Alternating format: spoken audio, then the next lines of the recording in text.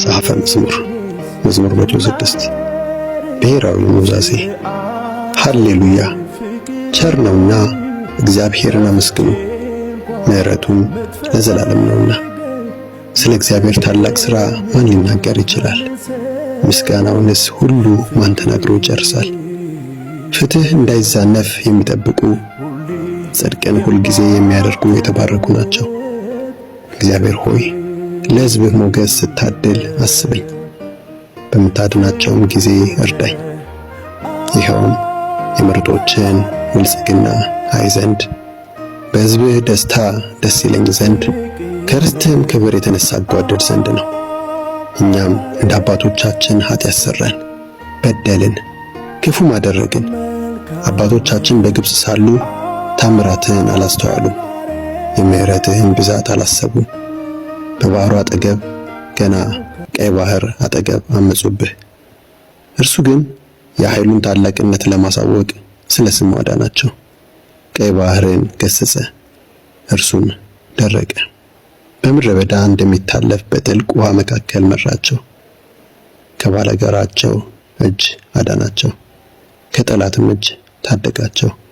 ባላንጣዎቻቸውን ውኃ ዋጣቸው፣ ከእነርሱም አንድ አልተረፈም። ከዚህ በኋላ የተስፋ ቃሉን አመኑ፣ በዝማሬም አመሰገኑት።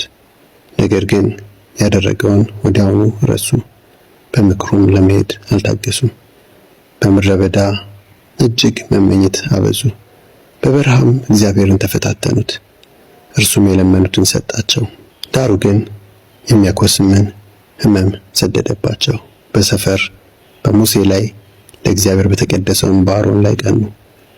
ምድር ተከፍታ ዳታንን ዋጠች፣ የአቤሮንን ወገን ሰለቀጠች። እሳት በጉባኤያቸው መካከል ነደደ፣ ነበልባሉም ክፉዎችን ፈጅቶ አስወገደ።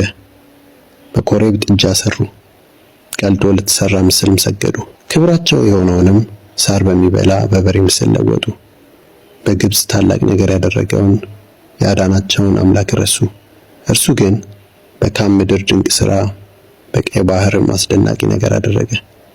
ስለዚህ በመቅሰፍቱ እንዳያጠፋቸው ይመለስ ዘንድ እርሱ የመረጠው ሙሴ በመካከል ገብቶ በፊቱ አይቆም ኖሮ እንደሚያጠፋቸው ተናግሮ ነበር።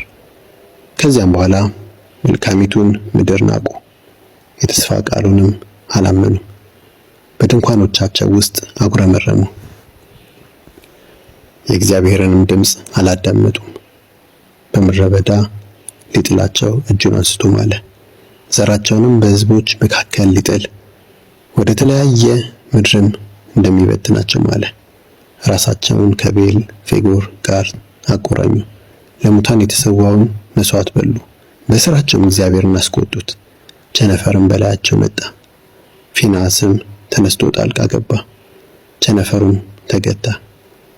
ይህም ከትውልድ እስከ ትውልድ ለዘላለም ጽድቅ ሆኖ ተቆጠረለት። ደግሞም በመሪባ ውኃ አጠገብ እግዚአብሔርን አስቆጡት። ሙሴም ከእነርሱ የተነሣ ተቸገረ፣ የእግዚአብሔርንም መንፈስ ስላስመረሩት ሙሴ የማይገባ ቃል ካንደበቱ አወጣ። እግዚአብሔር ባዘዛቸው መሠረት ሕዝቦችን ከማጥፋት ወደ ኋላ አሉ። እንዲያውም ከሕዝቦቹ ጋር ተደባለቁ፣ ልማዳቸውንም ቀሰሙ፣ ጣዖቶቻቸውንም አመለኩ። ይህም ወጥመድ ሆነባቸው። ወንዶችና ሴቶች ልጆቻቸውን ለአጋንንት ሰዉ፣ የወንዶችና የሴቶች ልጆቻቸውን ደም ለከናን ጣዖታት የሰዋቸውን ንጹሕ ደም አፈሰሱ። ምድሪቱም በደም ተበከለች። በተግባራቸው ረከሱ፣ በድርጊታቸው አመንዝሮች ሆኑ። ስለዚህ የእግዚአብሔር ቁጣ በሕዝቡ ላይ ነደደ፣ ርስቱንም ተጸየፈ። ለአሕዛብ አሳልፎ ሰጣቸው፣ ጠላቶቻቸውም በላያቸው ሰለጠኑ። ጠላቶቻቸው ጨቆኗቸው፣ በሥልጣናቸውም ስር አዋሏቸው። እርሱ ብዙ ጊዜ ታደጋቸው፣ እነርሱ ግን ዓመፃን የሙጥኝ አሉ፣ በኃጢአታቸውም ተዋረዱ። ሆኖም ጩኸታቸውን በሰማ ጊዜ ጭንቀታቸውን ተመለከተ፣ ለእነርሱም ሲል ቃል ኪዳኑን አሰበ። እንደ ምሕረቱም ብዛት ከቁጣው ተመለሰ፣ የማረኳቸው ሁሉ እንዲራሩላቸው አደረገ። አምላካችን እግዚአብሔር ሆይ አድነን። ለቅዱስ ስምህ ምስጋና እናቀርብ ዘንድ አንተን በመወደስ እንጓደር ዘንድ ከሕዝቦች መካከል ሰብስበህ አምጣን። የእስራኤል አምላክ እግዚአብሔር ከዘላለም እስከ ዘላለም ይባረክ። ሕዝብም ሁሉ አሜን ይበል። ሃሌሉያ